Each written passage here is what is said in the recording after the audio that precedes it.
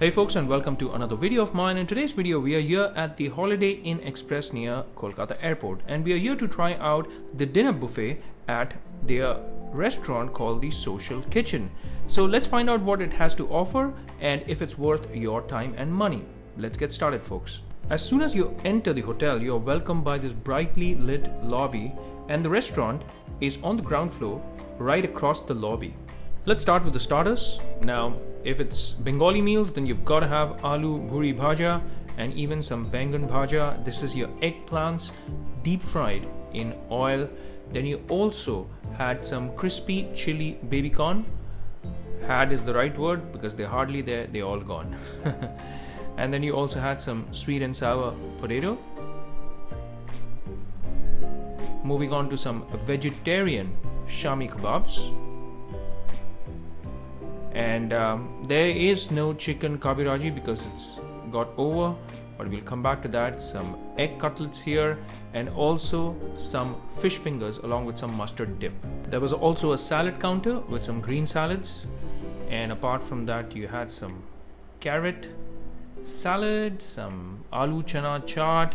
There was even this fruit salad called Asian fruit salad, and some bean salad here, as you can see. And apart from that, some pan fried fish salad, and finally you had some rice and chicken salad as well. Here you've got some buns to go along with that soup, and in terms of soup, this is your chicken coriander soup, and you also had sweet corn soup, which was the vegetarian option.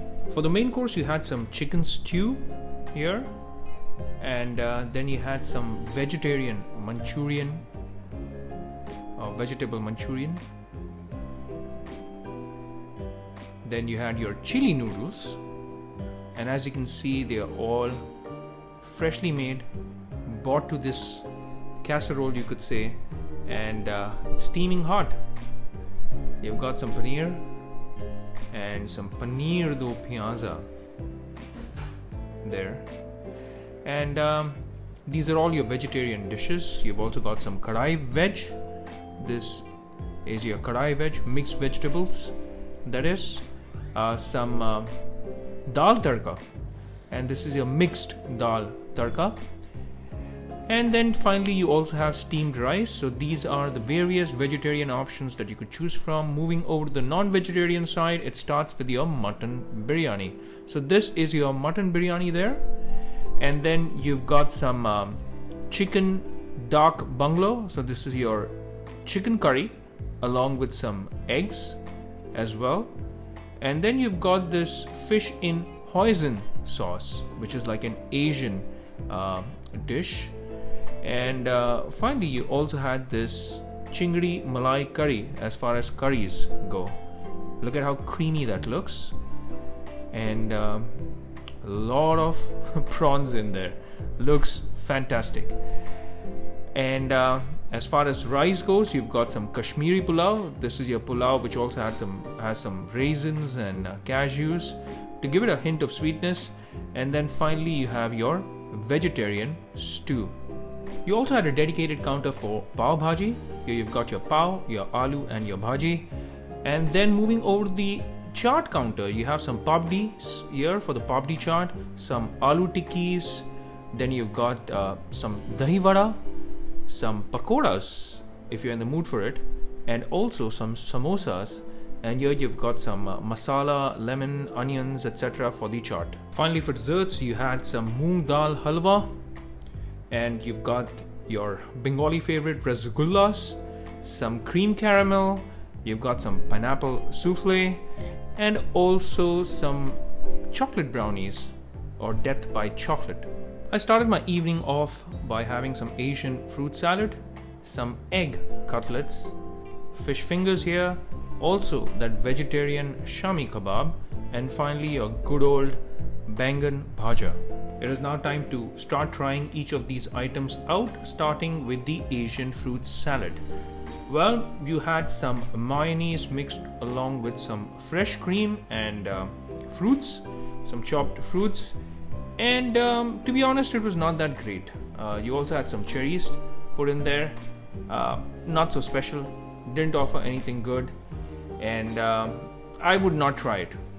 Moving over to the egg cutlet. The egg cutlet had mashed potatoes, so the egg was actually put in a bed of, you could say, mashed potatoes and then deep fried. It was quite good, decent. I would try them again if I had the chance to. And then I moved over to the vegetarian shami kebab, and these were so tiny that you could put the whole shami kebab in your mouth. And for a vegetarian item, I would say it was decent. It was quite good. I liked the taste. It was flavorful and nice. And finally, for that fish finger that was on my plate, now these were freshly fried, and it was nice and crunchy on the outside, and the fish was, you could say, fried well. It was not rubbery at all. It had a very good flavor as well, and I would highly recommend that you try out the fish fingers if you see it on the menu. Well, your bangan bhaja was your bangan bhaja. In fact, you have this consistency that is maintained in any Bengali restaurant that you walk into. They have the same taste, and I mean it in a good way here.